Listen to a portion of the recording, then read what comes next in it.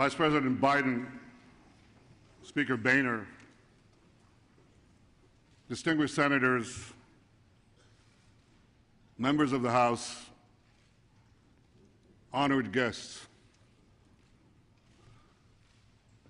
I'm deeply moved by this warm welcome. And I'm deeply honored that you've given me the opportunity to address Congress a second time. Mr. Vice President, do you remember the time that we were the new kids in town?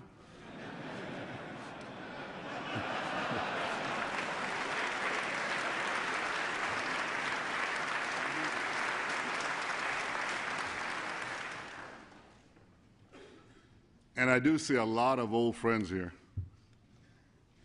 And I see a lot of new friends of Israel here as well. Democrats and Republicans alike.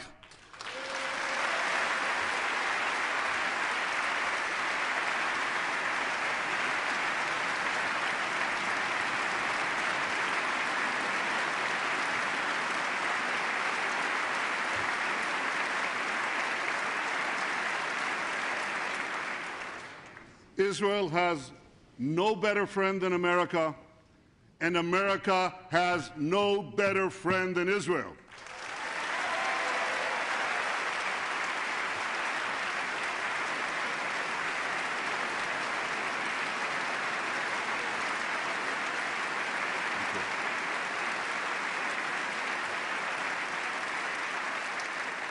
We stand together to defend democracy.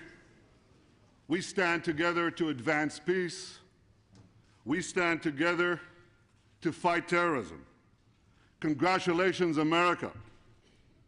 Congratulations, Mr. President. You got bin Laden. Good riddance.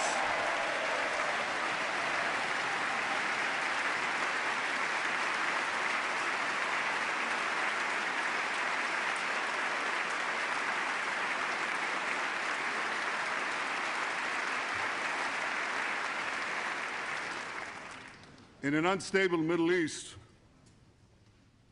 Israel is the one anchor of stability. In a region of shifting alliances, Israel is America's unwavering ally. Israel has always been pro-American. Israel will always be pro-American.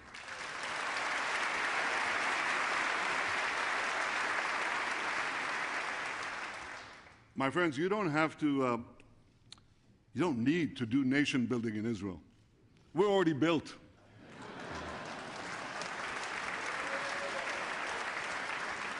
You don't need to export democracy to Israel. We've already got it. And you don't need to send American troops to Israel. We defend ourselves.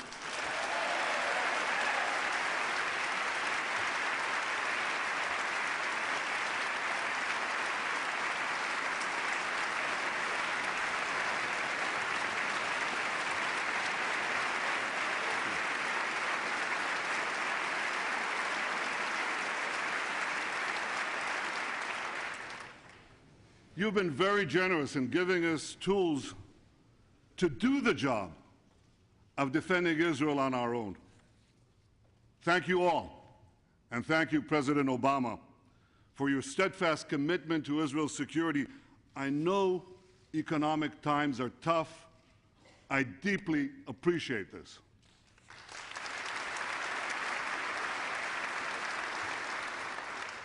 Some of you have been telling me that your belief has been reaffirmed in recent months that support for Israel's security is a wise investment in our common future. For an epic battle is now underway in the Middle East between tyranny and freedom. A great convulsion is shaking the earth from the Khyber Pass to the Straits of Gibraltar.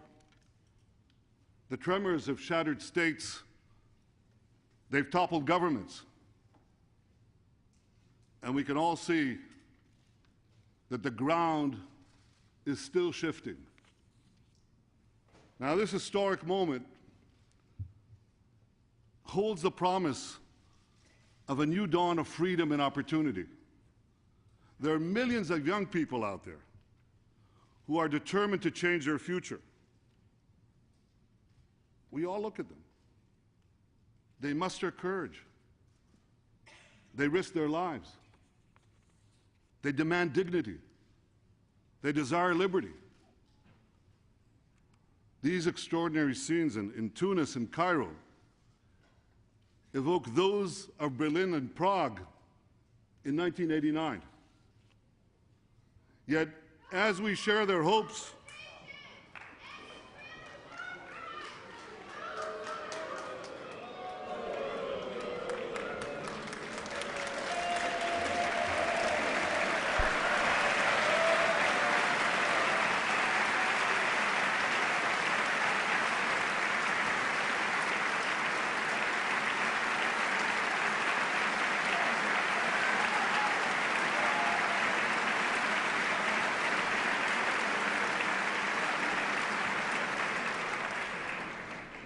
you know, I take it as a badge of honor, and so should you, that in our free societies you can have protests. You can't have these protests in the farcical parliaments in Tehran or in Tripoli.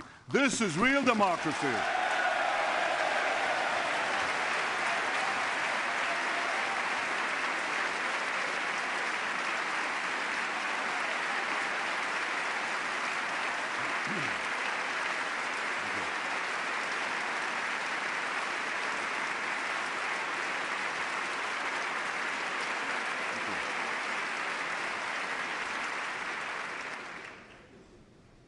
So as we share the hopes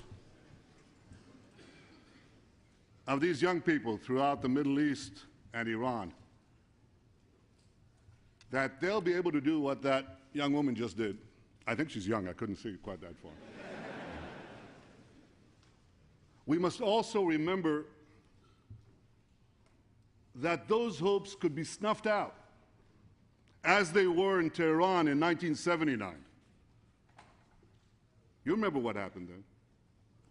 The brief democratic spring in Tehran was cut short by a ferocious and unforgiving tyranny. And it's this same tyranny that smothered Lebanon's democratic Cedar Revolution and inflicted on that long-suffering country the medieval rule of Hezbollah. So today, the Middle East stands at a fateful crossroads. And like all of you, I pray that the peoples of the region choose the path less traveled, the path of liberty.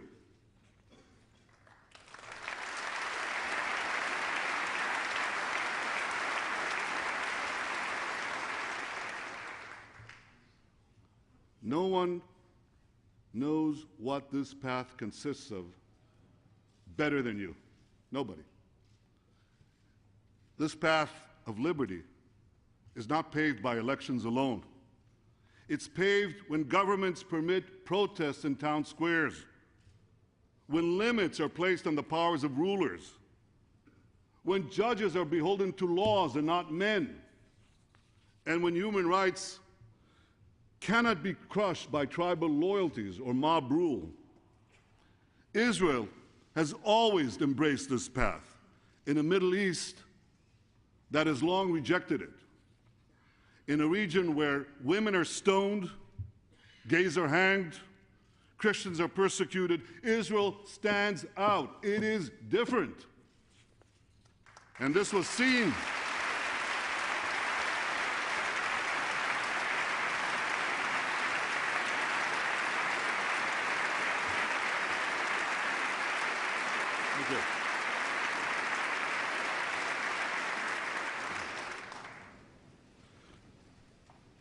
There was a great English writer in the 19th century, George Eliot. It's a she. That was a pseudonym in those days. George Eliot predicted over a century ago that once established, the Jewish state, here's what she said, the Jewish state will shine like a bright star of freedom amid the despotisms of the East. Well, she was right. We have a free press, independent courts, an open economy, rambunctious parliamentary debates. Now, don't laugh. You see, you think you're tough on one another here in Congress? Come spend a day in the Knesset. Be my guest.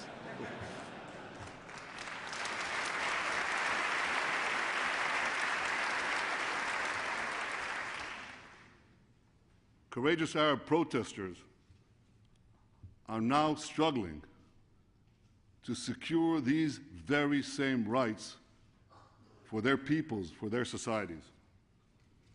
We're proud in Israel that over 1 million Arab citizens of Israel have been enjoying these rights for decades.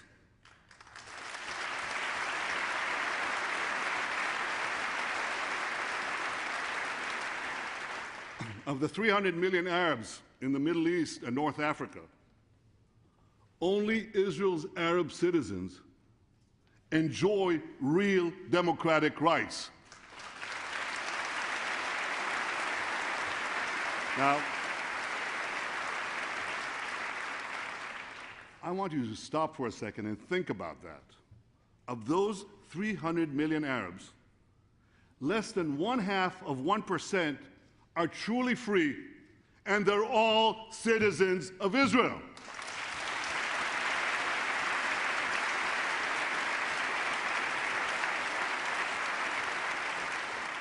This startling fact reveals a basic truth. Israel is not what is wrong about the Middle East. Israel is what is right about the Middle East.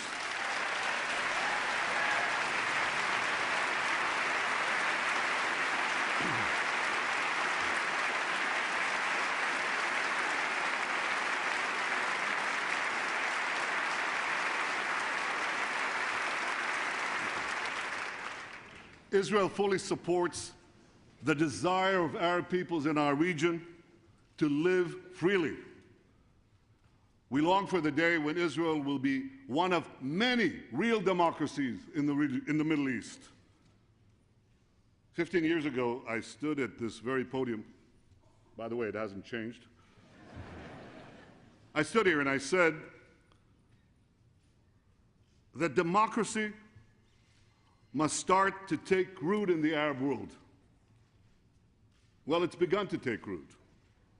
And this beginning holds the promise of a brilliant future of peace and prosperity.